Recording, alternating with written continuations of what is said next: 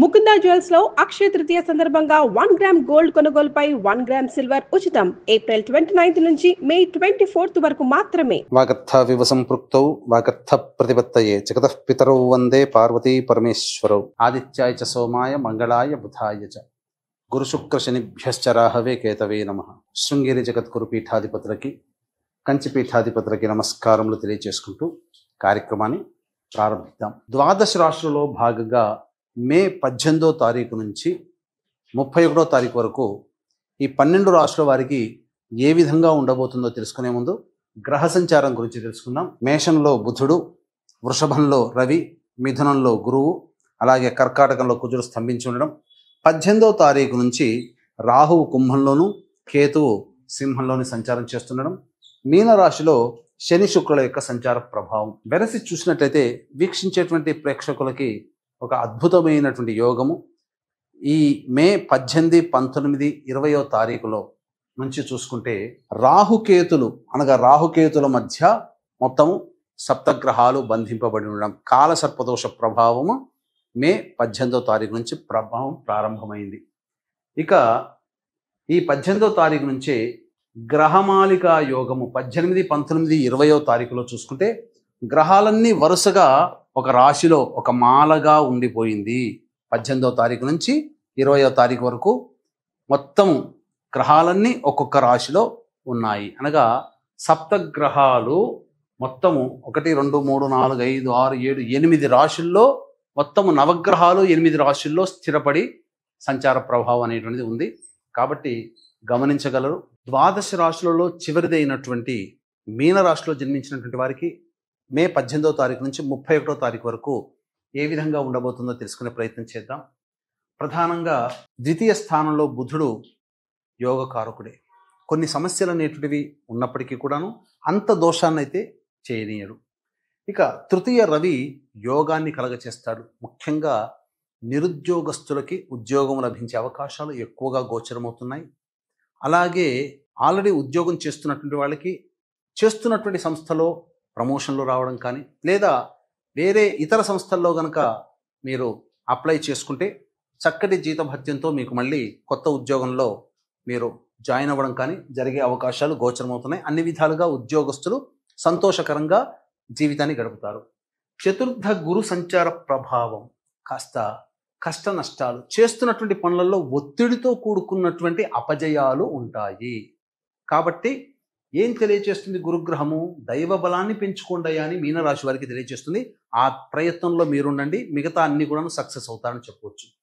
ఇక పంచమ స్థానంలో కుజగ్రహ ప్రభావము, ఇది మొండితనము, మంకుపట్టు, ముక్కుసూటితనాన్ని ప్రదర్శించే స్వభావంతో ఉండడం వల్ల చాలా మటుకు అవకాశాలన్నీ దగ్గర దాకా వచ్చి మీ అంతట మీరే పోగొట్టుకుంటారు. అంటే ఎక్కిన కొమ్మను నరుక్కునేటట్టుగా మీ యొక్క స్వభావము ఈ కుజగ్రహ ప్రభావం వల్ల మీకు కలుగుతుంది. కాబట్టి జాగ్రత్తలు పాటించండి.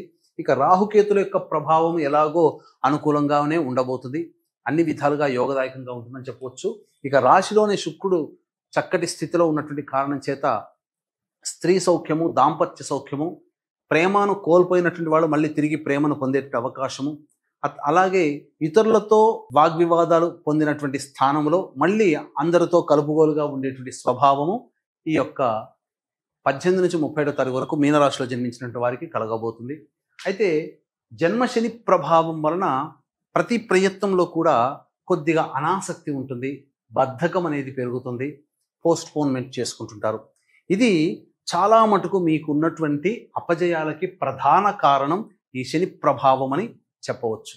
ఏతావాత చూసుకున్నట్లయితే ప్రధానంగా దైవబలం అనుకూలంగా లేకపోవడము, ముక్కుసూటితనము ఉండడము, అలాగే పోస్ట్పోన్మెంట్ వర్క్ ఉండడం, ఈ 3 అవలక్షణాలు మీ యొక్క అధోగతికి కారణమవుతాయి. కాబట్టి ఈ మూడింటిని పక్కకు పెట్టి పాజిటివ్ వే దృక్పథంతో మీరు ముందడుగు వేసి ప్రయత్నం చేయండి. గ్రహాలన్నీ కూడాను మీకు అనుకూలిస్తాయని చెప్పవచ్చు. ఇక విదేశీయానము, విదేశీ విద్యకు సంబంధించి చేయ ప్రయత్నాలు కొలిక్కి వస్తాయి. చక్కగా విద్యార్థులు బాగా కష్టపడితే తప్ప ఫలితాలు పొందలేరు. కాబట్టి ఏదైనా కాంపిటీషన్ ఎగ్జామ్స్లు కనుక ఉన్నట్లయితే అంత సులువుగా మీరు తీసుకోకండి, కష్టపడడానికి ప్రయత్నం చేయండి. మీకు సులువైనదే అనిపించినటువంటి సబ్జెక్టు కూడా కష్టతరంగా మీకు మారవచ్చు. కాబట్టి ఏమాత్రం కూడా నిర్లక్ష్యము విద్య పట్ల విద్యార్థులు చెయ్యకూడదు. ఇది గుర్తుపెట్టుకోండి.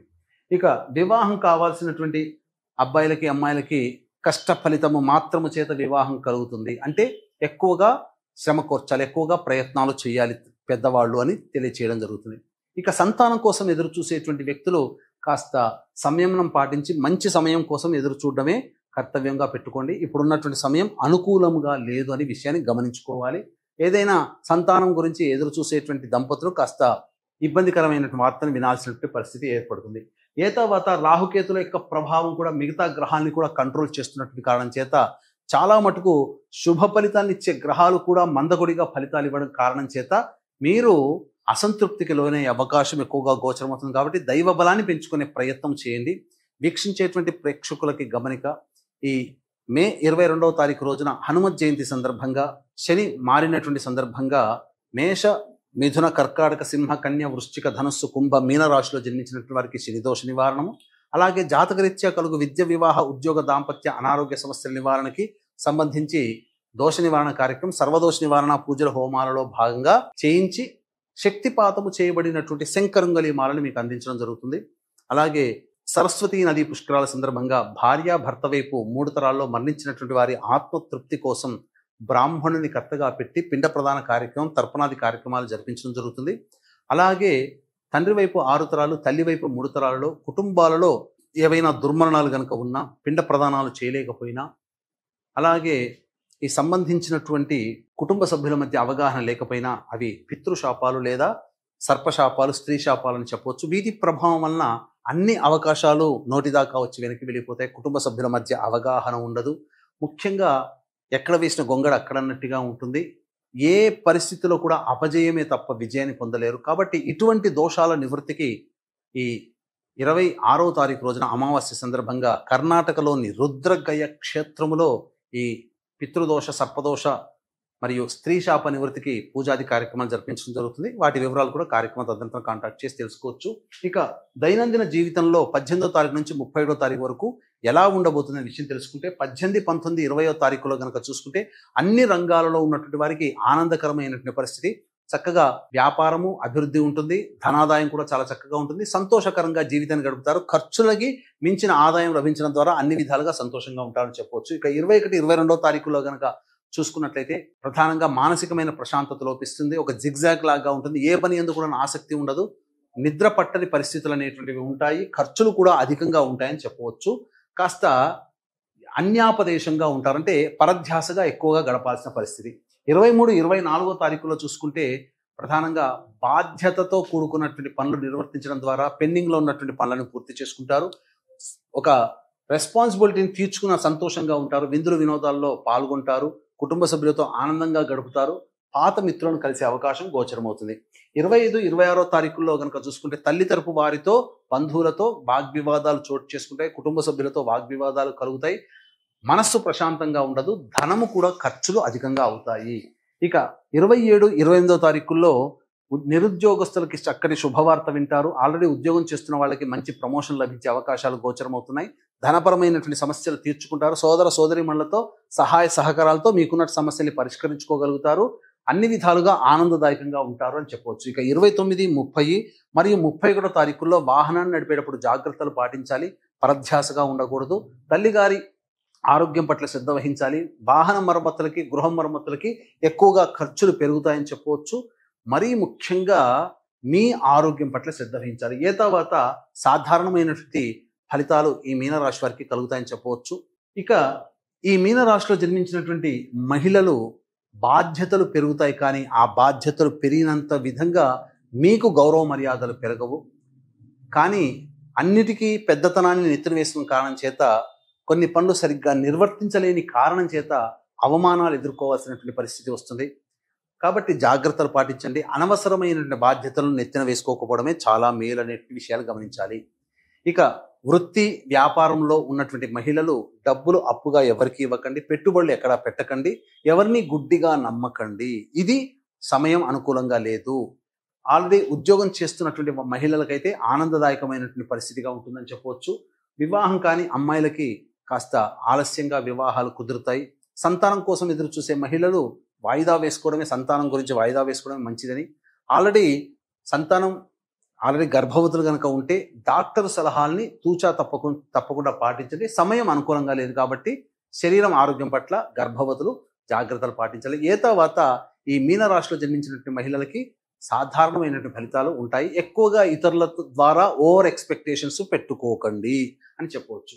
ఇక ఈ మీనరాశిలో జన్మించినటువంటి వారికి సమస్యలు కనుక ఉన్నట్లయితే ఆ సమస్యల పరిష్కారం కోసం ప్రతిరోజు నవగ్రహాల చుట్టూ శివాయ నమః అంటూ 27 ప్రదక్షిణలు చేయడం, శివాలయంలో అర్చన జరిపించుకోవడము, ప్రతిరోజు కాలభైరవాష్టక పారాయణం చేయడం, ఇవన్నీ చేసుకుంటే చాలా మటుకు సమస్యలు తగ్గుముఖం పడతాయి. ఇప్పుడు చెప్పినటువంటి సమస్యల కంటే ఇంకా విభిన్నంగా మీ యొక్క జీవితం ఉందంటే మీ జన్మజాతకంలో నడుస్తున్నటువంటి గ్రహ దశాంతర దశల యొక్క ప్రభావాలు. కావున దగ్గరలోని మంచి ఉపాసనా పరులైనటువంటి జ్యోతిష్యుల్ని సంప్రదించి వారి సలహాలు సూచనలు కనుక పాటించినట్లయితే మరింత మెరుగైనటువంటి జీవితాన్ని పొందుతానని తెలియచేయవచ్చు. అలాగే మే 22వ తారీఖు రోజున హనుమత్ జయంతి సందర్భంగా జరిగే సర్వదోష నివారణ పూజల హోమాల్లో గోత్రనామాలు నమోదు చేసుకుని శక్తిపాతం చేయబడినటువంటి శంకరంగలి మాలని సొంతం చేసుకోవచ్చు.